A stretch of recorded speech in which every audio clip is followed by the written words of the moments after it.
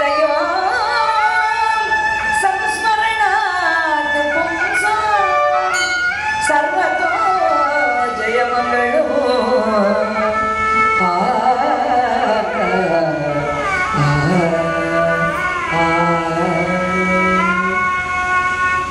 పార్వతీ పరమేశ్వరుల యొక్క కళ్యాణ కథ. దీన్ని పరివి సుబ్రహ్మణ్యం భాగవతారి గారు, దీక్షితదాసు భాగవతారి గారు చాలా సుందరంగా వాళ్ళు రచించడం జరిగింది. శైవ పురాణంలో ఉన్నటువంటిది, కుమార సంభవంలో ఉన్నటువంటి హరికథ. కాళిదాసు మహాకవి ఒక గొప్ప శ్లోకంతో ప్రారంభించాడు గౌరీ కళ్యాణ కథ.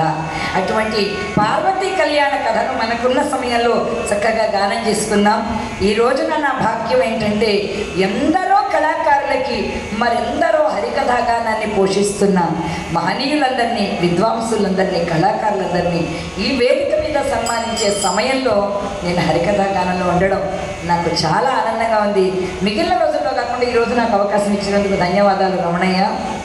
నిన్నటి వరకు రామాయణ కథాగానంలో ఉన్న 9 రోజులు నేను గుంటూరులో ఉన్నటువంటి బృందావన్ గార్డెన్స్లో నారాయణదాస్ గారి యథార్థ రామాయణము 180 పద్యాలతో, 180 దాసుగారి కీర్తనలు మాత్రమే, దాసుగారి పద్యాలు మాత్రమే, 108 రాగాలలో 108 వాల్మీకి కృత శ్లోకాలతో నాకు 9 రోజుల పాటు దాన్నంతటినీ కూడా భావితరాల వాళ్ళకి ఆ రామాయణం తెలియాలి అని చాలా అపూర్వంగా దానంతటినీ కూడా రికార్డింగ్ చేయించి యూట్యూబ్లో కూడా పెట్టబోతున్నారు.